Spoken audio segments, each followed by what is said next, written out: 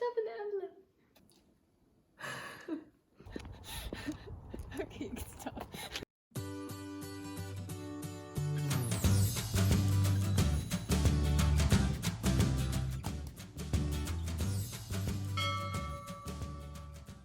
As you might have guessed from the title of this video, I am going to be voting this year, which is super exciting because I just turned 18, which means I'm going to be voting for the first time in a super important presidential election among all of the other things I get to vote for, which is super exciting. Now, I'm just going to say a few reasons on why I am choosing to vote this year.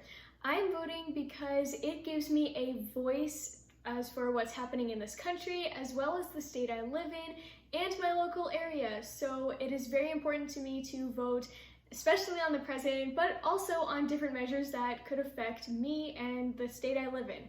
Another big reason I am voting this year is because so many people fought for my right to vote as a woman, and it is such a privilege to be able to have my voice heard in my country. And with the recent passing of Ruth Bader Ginsburg, it just feels like it's so important and something I just have to do because she and so many other people have fought for women's rights, and I just need to exercise that privilege to be able to vote.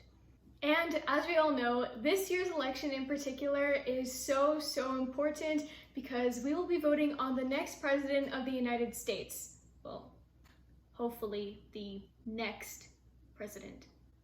So along with my ballot that I'm going to be filling out that came in the mail right here, what also came in the mail was this voter's pamphlet, and in the pamphlet, I'll just go through it briefly, it talks about the different candidates that I will be voting for, such as state representative and obviously the president. Along with their name and picture, the voter's pamphlet also shows their political party as well as their platform, which is the issues they find most important and also what they stand for and represent. The rest of this pamphlet, which is most of it, consists of the different measures I can vote for, which are state and local, and a measure can be something like a tax that I can vote on or things like that. And under the measure, it shows what will result if you vote yes on the measure and what will result if you vote no on the measure. And not just that, but if you don't really know what you want to vote for, you're kind of leaning every which way, then it also shows the argument in favor of the measure and the argument in opposition of the measure, which is really nice if you don't totally know which side you want to vote on. Then they have all that information there for you, which is really nice. So that's all about the voter's pamphlet. So now I will get to opening the ballot and actually filling it out. Can't open envelopes for my life, so this looks very professional. Wow, more papers! Yay!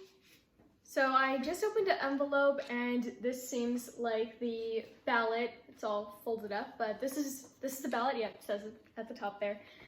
And this is where it says all of the different candidates for each one, and there's just like little check boxes, and you just check off whoever you want to vote for each one.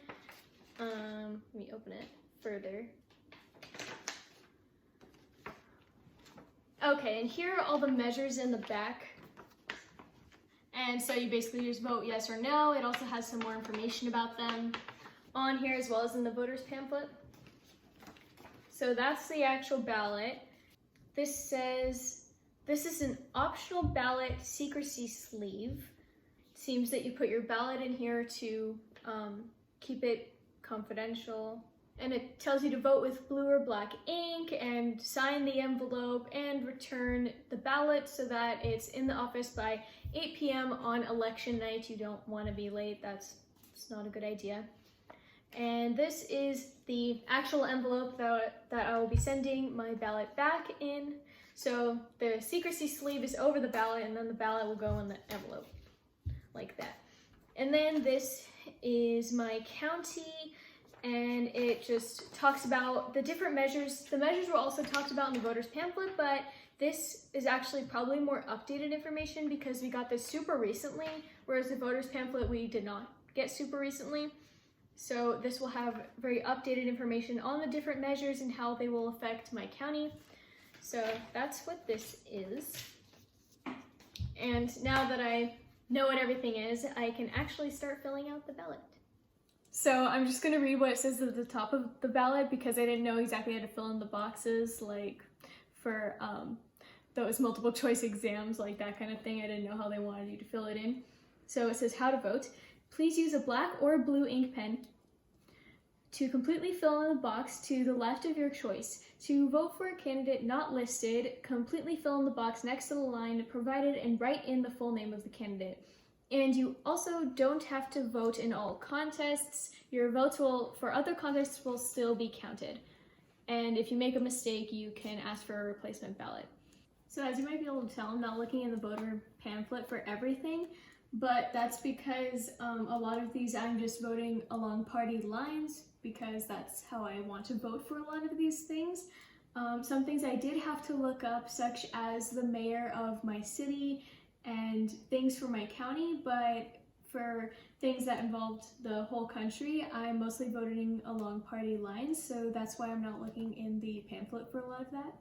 Even though I'm voting along Democrat lines for most of these things, besides things like mayor and councilor, which don't have party lines next to them, I noticed that a lot of the Democrats have the Working Families Party also associated with them along with the Democratic Party. So I used my voters pamphlet and I looked up what the Working Families Party is, and this is specific to Oregon, and the Oregon Working Families Party is about building an Oregon that works for all of us, not just the wealthy and well-connected.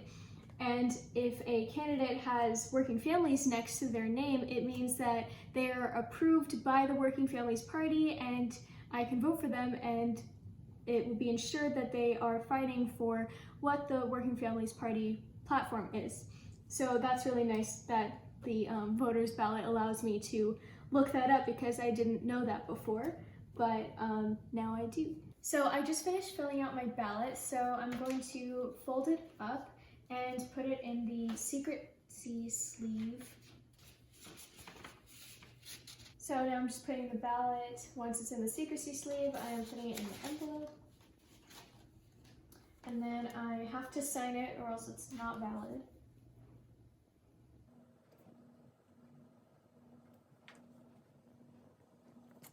Okay, and then on the back I have to put my name and address.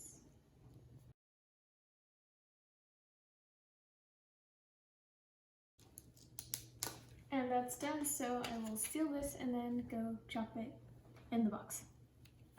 I'm dropping my ballot off, guys.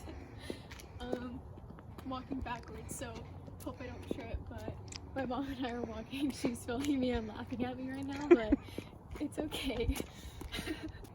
Dropping it off. Oh, do we need a key? No. Am I just dumb? Am I really dumb? Why? You just put it in. What? You just put it in. Oh, you just put it. Oh, well, that's weird. I thought. In the mailbox now. And that was my first time voting. I really hope you guys enjoyed this video because I thought it was super fun to take you guys along with me for the entire process. If you like this video, make sure to leave a thumbs up and comment down below any questions you have or what you found interesting about the video. Thank you so much for watching and I hope to see you soon. Bye!